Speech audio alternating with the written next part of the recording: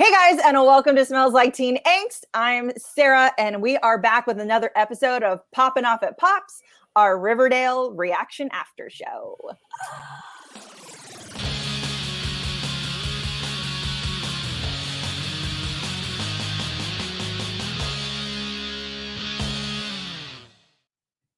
Yeah, we did it. And as always, I am joined by the amazing duo of Keiki and Jordan. Ladies, introduce yourselves, please. Throwing you up, Keiki, you're first. Okay. Hi, I'm Keiki, and you can always find me here at Smells Like Teen Angst. And when I'm not here, I am playing D&D with Jordan on Tuesdays at 6:30 on QueueTimes at Twitch. And yeah, she's the most amazing DM ever. Take it away. Hey guys, I am Jordan. My internet's been being crazy all night long, so if I disappear tonight, just keep going, guys. The Mothman gets her. Okay. I'm Jordan. I do stuff here. It Smells Like Teen Angst. When I'm not here, I am playing D&D with Keiki on QueueTimes on Tuesday nights, 6:30, Blackness and Dragons. And yeah, that's my deal. Just trying to get through this. Everybody watch it. It's fantastic. I'm usually there in the chat, like keeping it hot and popping because I'm just, that's how I do things. This week's episode is episode 8, chapter 84, Lock and Key. But before we deep dive in, we like to read some of your guys' comments. So up first, we've got Daryl A. Welcome, Daryl. He is a new one to our channel, and he basically watched every video and comments on all of them, and he's awesome. And he says the firefighter was pretty loud when he went straight into drill sergeant mode. So yeah, Keiki, he agrees. Shout out to Station 19. Never watched myself, but my girl Janae Lee Ortiz stars in it, and I loved her on Rosewood. That Nana interview was absolutely wild. Yes, because I was like, no, obviously Archie's never watched an episode of Station 19, but I thought that was awesome, and he agrees. Nana crazy. And next we have Loonbird1234. They want every Katie Keene character on Riverdale except Josie, and that doesn't sit right with me. Ooh, speak on it. That speak is on it. I mean, it's true.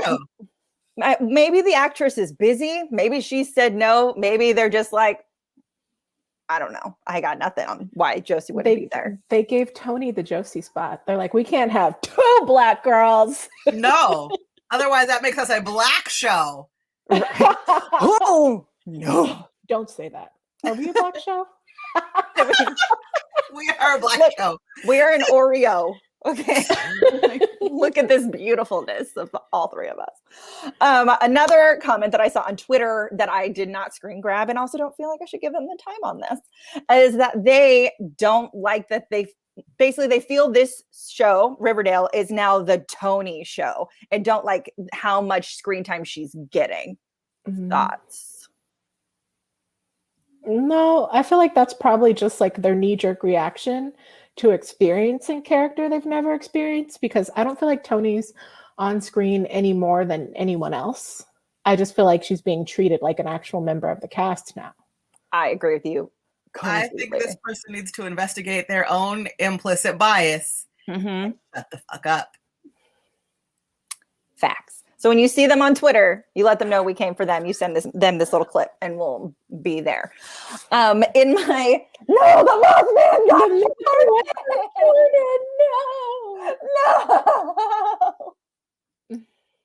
No, come back to us. Here she is. She's back. Hi. There was the Mothman. It's like I keep hitting something on accident that's turning the internet off, and I don't know what it is. So I'm just not going to move for the rest of the episode. At this point, it's whatever. It's the internet. It's how we roll. Also, I forgot to make this announcement.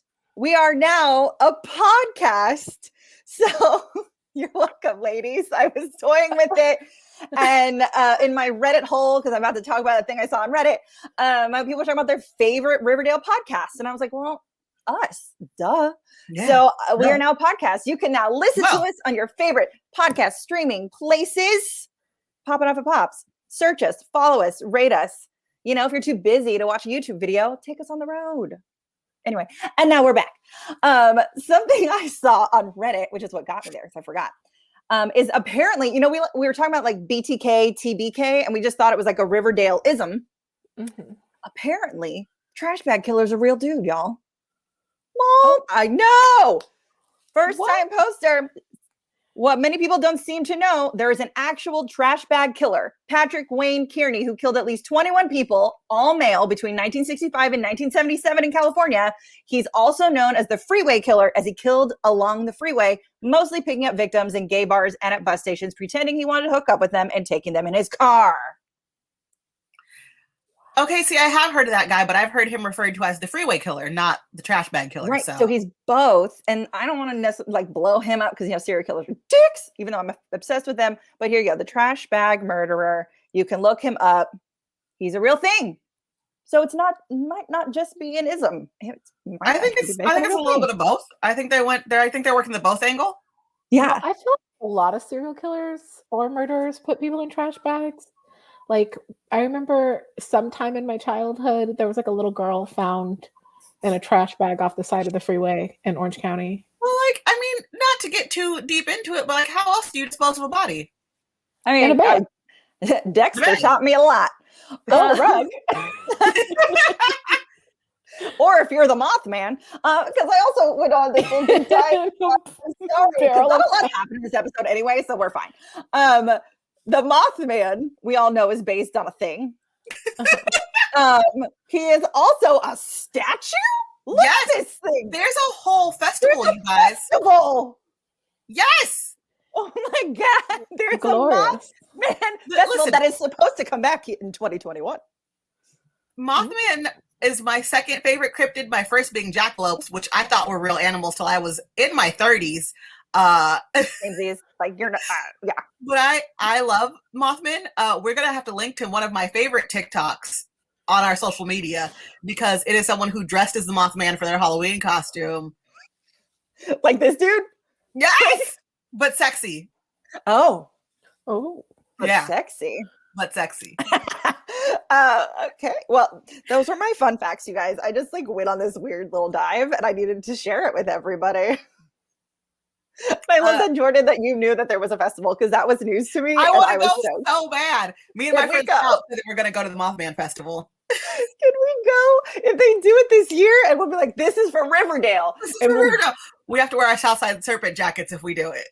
Yes, I'm down. As long as it's not like $1 million, as long as it's not like Coachella prices, I'm down. Girl, this thing is in like Ohio or something. It's where the Mothman thing happened. Yeah. No, it's not. For all of our true crime fans, My Favorite Murder did a great episode explaining the whole Mothman. I fell off listening to them. I love them. And then I just stopped listening because I stopped driving. Shout out to COVID. I go through phases where I'll like take a week and I'll listen to 30 episodes at once. And then I'm like, I've had enough of you, Karen and Georgia. And then I take a break for like 3 months. And then at that point, episodes have piled up again. So I'm like, all right. You're like, fine. I'm here for it. Okay, so let's dive in. I have a lot of energy. I don't know where it came from. To episode 8, chapter 84, Lock and Key, which is also a really good Netflix series. Side note. Get that ADHD brain in check, girl. She's just hyped up because it's not actually 8 o'clock while we're recording. It's 7 o'clock because they stole an hour of our sleep. She's got all this energy. I do. It's very strange. It hit me. And maybe because I ate. Anyway, so I just, like, you guys know I have really enjoyed the show thus far. And then I feel like this is the episode where nothing happened until the last 5 minutes. This episode very much felt like an episode from a different season, like a season 2 episode, just because it was like so much filler. So much filler. So much ridiculous problems for no reason. Just a lot of nothing. Yeah. I liked this episode, and maybe because it was a little bit slower, and I felt like a lot of the problems were almost comedic. Like, everything just seemed absolutely comedic. I mean, I don't want to just like roast Riverdale, guys, but that's what we do every week. What do you mean? This episode was hilarious to me. Every time somebody appeared, every time something happened, I was laughing. I wasn't even just like, ooh, who's there? I was like, what the heck? Okay, I will say I had a shocked moment that came at the very beginning of the episode, and then they explained it away, and then I was just like, oh, okay, well. And after that, there was no more gasping. It was just a very convoluted plot. But what was it? Do share. We don't have to go in order. We never do. When at the very beginning of the episode, I thought Kevin was cheating, and I was like, oh, Kevin Keller's a cheat? And then 5 minutes later, they're like, oh no, our open relationship, which I feel like this episode retconned a lot of stuff that we've seen. And I'm like, all right, why did you need to retcon this information? You could have just slowly built it up in earlier episodes. I had the same exact reaction. You can ask Keiki, because if those who follow us know that we were roommates and we watched this together. When this nonsense happened, I legit gasped and kept saying, what? Because I legit thought that Kevin was like cheating, just like you did, Jordan. I feel like I'd expect it from Fangs, not Kevin. So right, I was just like, out of character for him to cheat. What? But like as we learned, it was like a Fangs thing. But technically, Kevin was cheating because they closed it because once this whole baby thing was happening, and they closed it, and they're getting engaged, and he was like, yeah, the open thing was while I was driving trucks on the road. And also, Kevin shout out weird... to us, because we totally called that baby being either Kevin's or Veronica's. And Veronica's. Yeah, we're like, maybe she's carrying it for Veronica and Chad. I totally said that. But we knew that it was like a group project. There was no mystery boyfriend. Right. But this moment I also felt wasn't very clear. They bring everybody together. They're like, look, Kevin and Fangs, we're engaged. So exciting. Also, we're having a baby. But also like with Tony. But they didn't really say like it's Fangs' baby or it's Kevin's baby. Like it could have 100% just been, we're helping support her and this baby. And then when Cheryl comes busting into the office, she's like, what is this? And Tony's like, Fangs and I are basically brother and sister, in a weird, creepy way. And so I was like, oh, so it's Fangs' baby? Like, I'm still not 100% clear on any of that. I mean, that part doesn't necessarily bother me. I just think the whole delayed reveal thing was really weak storytelling. And I think they could maintain all of these same plot points, but have it seeded this way earlier. In the very first episode, when Archie is like, congratulations, you're pregnant, she could have been like, oh yeah, me, Fangs, and Kevin decided to go in and have this baby together. And if they had done that, then like the emotional impact of Kevin saying, I don't know if I'm ready to get married would have carried more weight. Because we only find out at the very beginning of this episode, oh, they're going to get married. They're having a baby. They're building this life together. And then later they're just like, well, no, I don't feel like it. And it just doesn't resonate. Right. It didn't have anywhere near an emotional impact. I was just like, what is going on with Kevin? None of this is adding up and none of it makes any sense. Yeah. And for him to be like super wishy-washy and neither here nor there, it's something that we haven't really demonstrated in previous seasons with Kevin. Like Kevin's always been a ride or die. So it's kind of weird to see him be the shifty one or the shaky one. Like, right. Can someone give me an example of when Kevin has been like that? Because I don't recall. Kevin's ride or die. He's super loyal. Like none of this just doesn't make sense. And they really could have taken like that scene with Kevin cruising at the very beginning. That could have happened like in episode 1. When they are announcing that it's Tony's baby and they're having a baby. That also could have been in the first part of the episode of the time jump. And they could have sprinkled out, because literally this episode was like, oh, you haven't seen Kevin at all. Here's a whole bunch of Kevin. And they could have just sprinkled it in other episodes. Well, I also felt like this episode was a whole lot of, this is what gender fluid is, and you don't have to be this, and you don't have to be that. It was very like, and this is how a throuple works, and this is how anybody can just go anyway. And I felt like, does the world need a lesson? Like, right. Well, I appreciate the representation of a couple in an open relationship and thruples and gender fluidity and sexual fluidity. And it does feel in line with Riverdale. It kind of felt like they were trying to make a point this episode. Yeah. But very poorly. It was a very special episode, Riverdale edition. And like, it didn't have to play out like this. Right. Yeah. I would get if somebody changed their pronouns on the show 100%. Like, that I get, like trying to introduce that into television. Mm-hmm. But Riverdale, everybody's always been on everyone's team. So for me, I'm just like, does this matter? Yeah. Can we also talk about this weirdness? Like, what is happening with Cheryl and the Sotheby's lady? And Minerva. Yeah, like that really came out of nowhere. Oh, I saw it coming. Really? Yeah. Yeah. I sure didn't. I was like, what is this? This doesn't make sense. I saw it coming, but I will say the dialogue in that scene was also very like a very special Riverdale moment where like she's like, I'm so ugly. No, you're beautiful. I'm so ugly. You're beautiful. Now kiss. Now kiss. Yeah. And they could have played it differently. Oh, 100%. It was just super sloppy to me. A lot of this was really sloppy, but you know what wasn't super sloppy? I wasn't prepared for this. When Archie comes out in this fireman outfit, I wasn't prepared. I wasn't prepared because he looked real good, but also I love that they're using a Glass Animal song in that scene, and I was like, yes! Wait, we got to see it one more time. Oh, okay. Fireman Archie. Girl, you could have got us the muscles. Like, I got this one. Oh, don't you worry. I got you also, covered.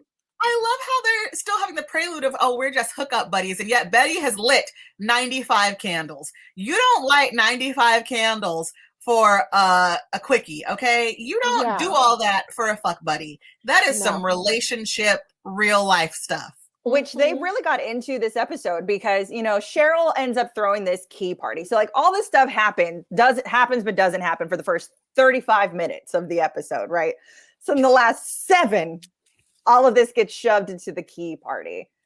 Like Archie's like, oh, I think I still have feelings for Veronica. And, you know, Betty's like, oh, I think I'm getting too many feelings for Archie. And my life is dark and he's a little bit of light. And, you know, she's like, I don't want to do this. So they get paired up at this key party, which is, you know, typical Cheryl of manipulating everyone. And then they have this actually like lovely heart-to-heart conversation that basically puts Barchie on hold, possibly permanently. Which it made sense to me. My one, and this is my criticism right at this second, is that sometimes the characters like speak in poetry and it's really beautiful. Like I loved that when she was describing that metaphor with Archie and she's like, my life is going to get very dark with my sister missing and all this going on. And I need some light and I can't taint that. So like, I can't really be with you right now, Archie. I need you to be my friend, you know? Mm-hmm. And that was great. But then you have other scenes where it's just like, you're ugly. No, I'm beautiful. Now kiss. And it's like, can we meet in the middle somewhere with the writing, you guys? Right. And then we have those scenes with like Veronica and her husband, right? Like she's like, Chad sends her a DM. She's like, Chadifer. And then she is jealous because Katie Keene, who is, calling her to let her know her husband's like meeting with other ladies. First and now they need to stop with the Katie Keene references. And secondly, I can't tell you how many times in my notes I wrote, Jesus Christ, I hate Chad. Every time he was on screen, I just had to kind of pause it and get my phone and write, I hate Chad. But I was really happy when she kind of got to this divorce point. Like, we shouldn't be together. Because I was like, great. Goodbye, Chad Gecko. You are the biggest waste of time ever on this show. Mm-hmm. Like, go join up with her daddy and become interesting and we can get Reggie back. Because okay. Also, we had another Riverdale-ism in the scene with Katie Keene. We did? Spiffany's. She said he's the heir to the Spiffany's fortune. I missed that. I missed it. The Spiffany's fortune. Yes. That's fun. Spiffany's and Co. I completely missed Breakfast at Spiffany's. I do wish, because I kind of really hate Veronica's storyline a lot, because I feel like we've had this storyline and we saw it with her parents. And no matter what decision she makes, she still continues to make the same decisions as her parents. Because like her mom, Hermione and Hiram were going to get divorced and Hiram's hooking up with Archie's dad. Now she's quote unquote getting divorced and now she's hooking back up with Archie. Like, it's Very much. There were certain things that happened this episode that I feel like just set us backwards, and now we're back where we were, only they're not in high school anymore. Specifically, Yes. Archie and Veronica deciding to rekindle their thing. And like the really ironic part about it is that, so Archie decides to disclose to Veronica that him and Betty have been hooking up, which I'm on the fence about whether or not he even needed to disclose that information, but whatever. He did. And Veronica has the nerve to say, it doesn't matter to me, Archie. Let's leave the past in the past. And then Max on her ex-boyfriend of 7 years ago. Yeah. Mm-hmm. Yeah.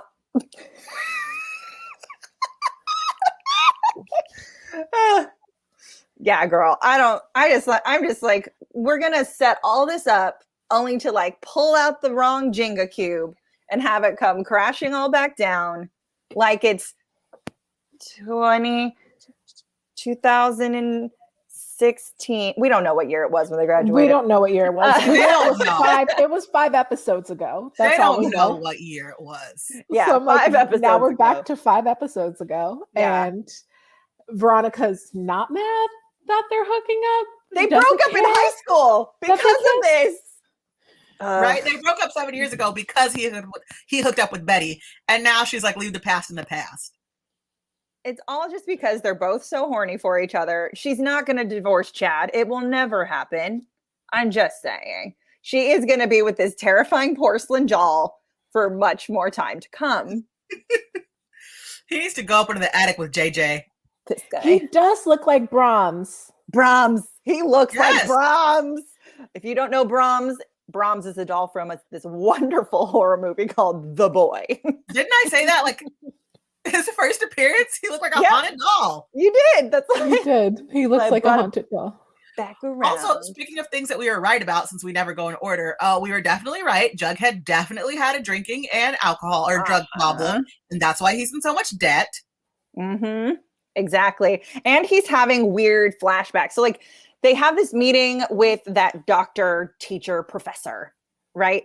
And she's like, well, it's either trauma or it really happened. It's like, how do you figure it out? And he's So- like, I don't want to revisit my trauma. No, trauma sucks, y'all, but I get it. So he's in school and he sees the Mothman. Right? Mothman.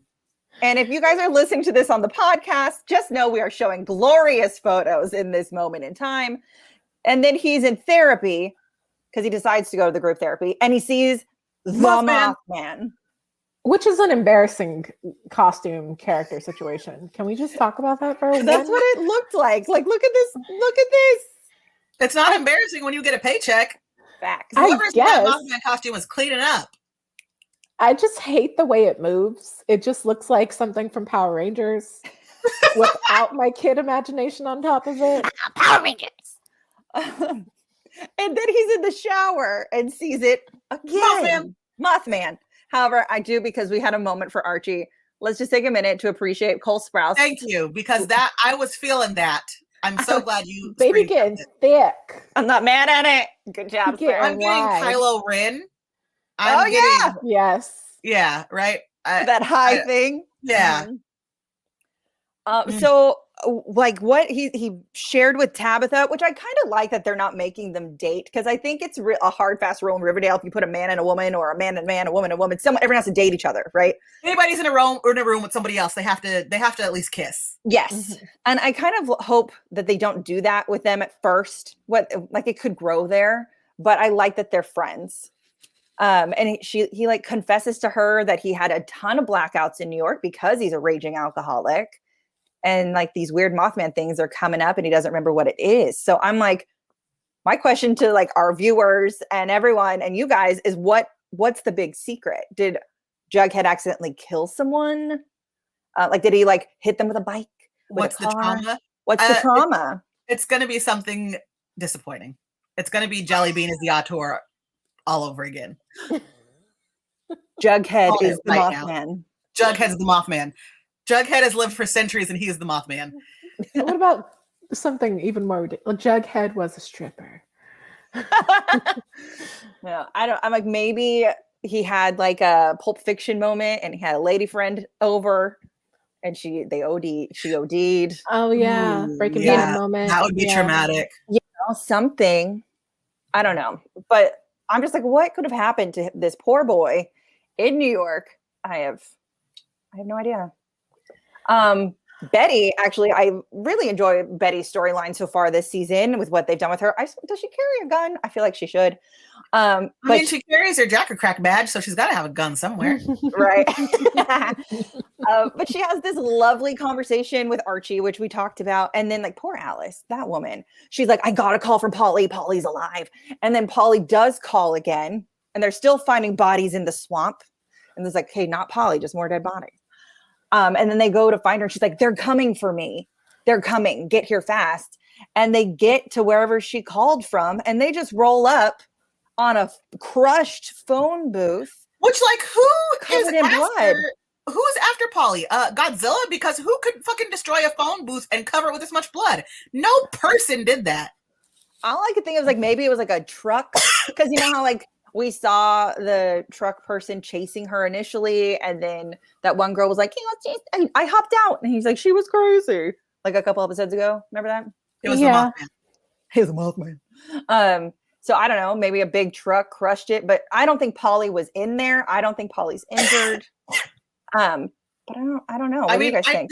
I know this is going to be a controversial opinion, but I do kind of hope that all the storylines fold into each other somehow. So I really hope the Mothman does have Polly and is also the trash bag killer and is also Chad Gecko. Because I just want all the storylines to connect, and I'm tired of like Riverdale having like 85 plot lines.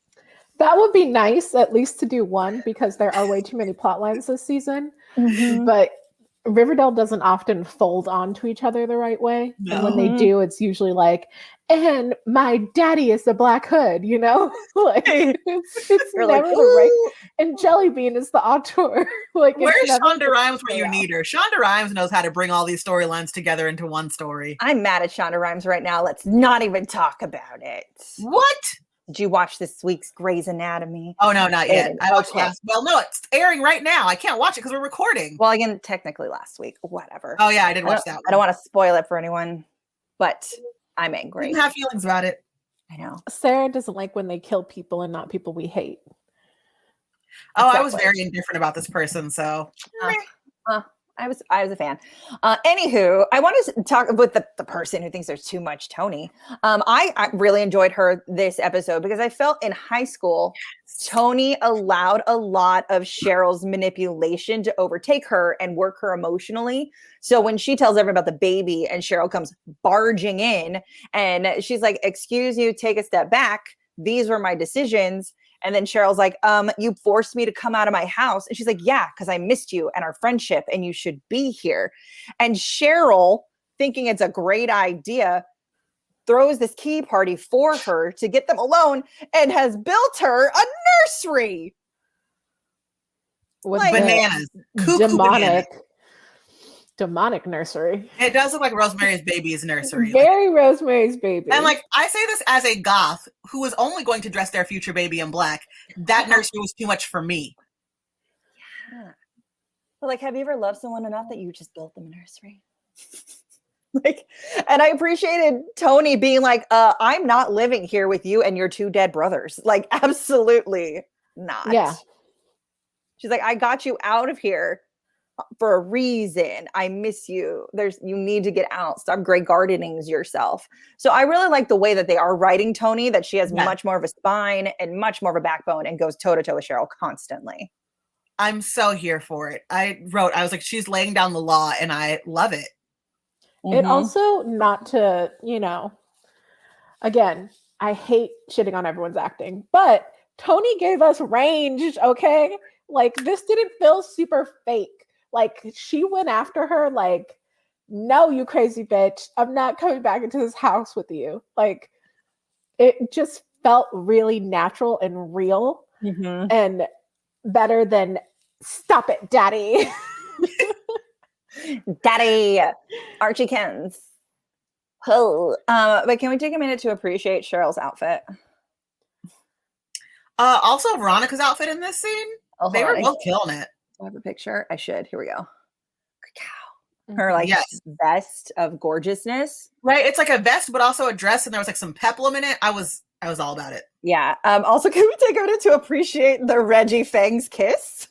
Yes. I love that Reggie was just kind of like, all right, fuck it. Let's just see what happens. And kissed him. And then later they were just like, nope, he's straight. Like, he's just out here trying new things. He ain't afraid. There's no toxic masculinity.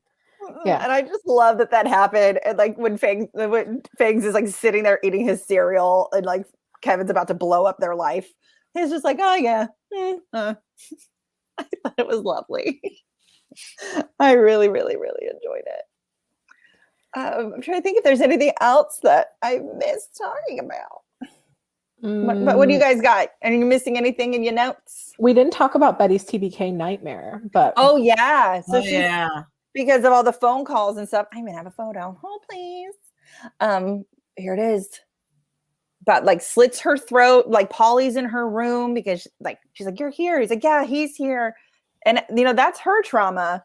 Like rearing its head. She was kidnapped by this guy and should be dead and isn't.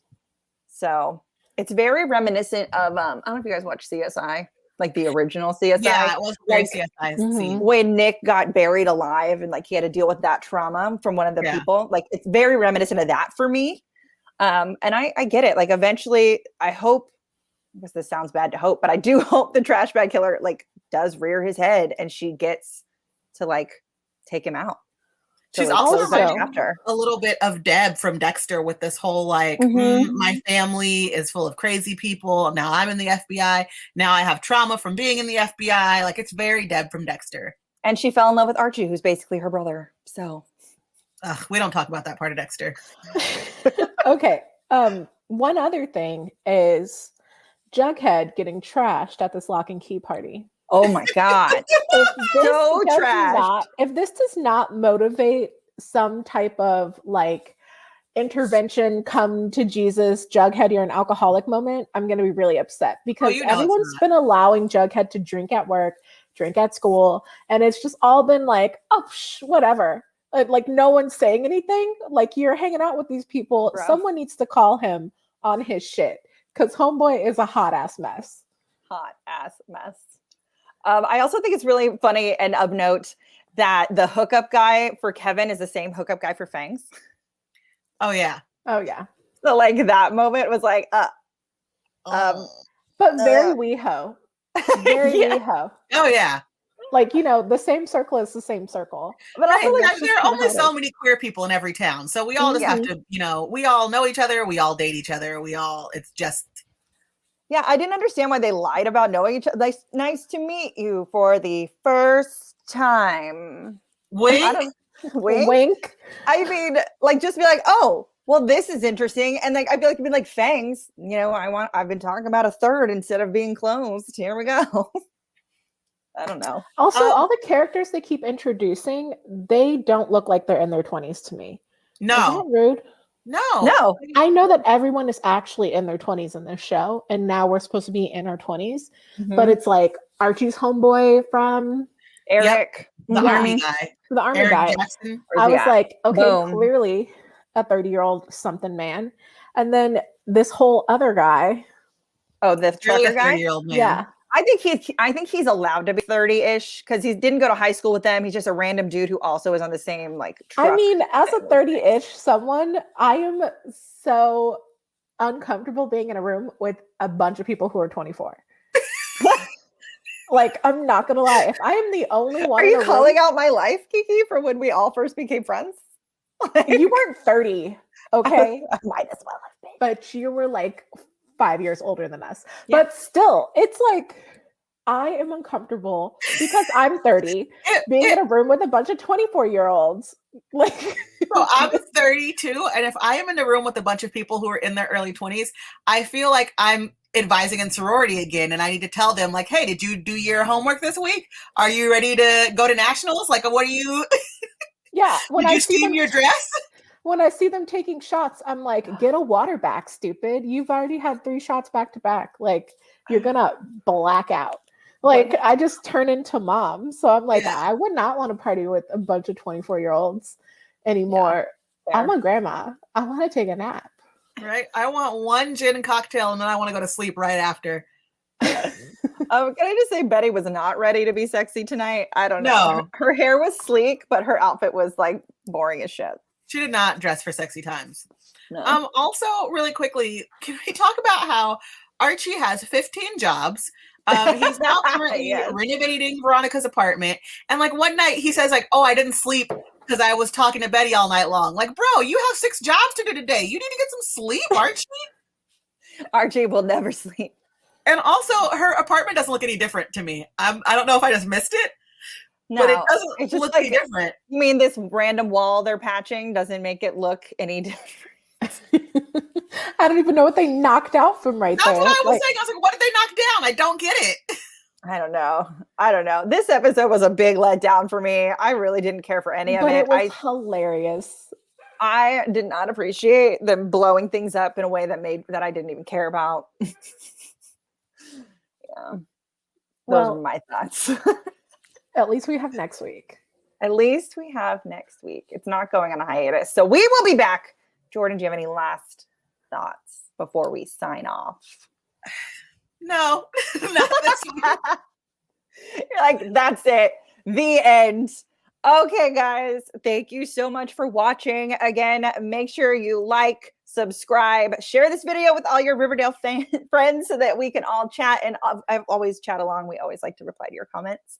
Don't forget about our podcast, baby. Oh, yeah. We are now a podcast, you guys. I'm going to make a fun clippy and I'll put it right here. Until next time, y'all, Riverdale.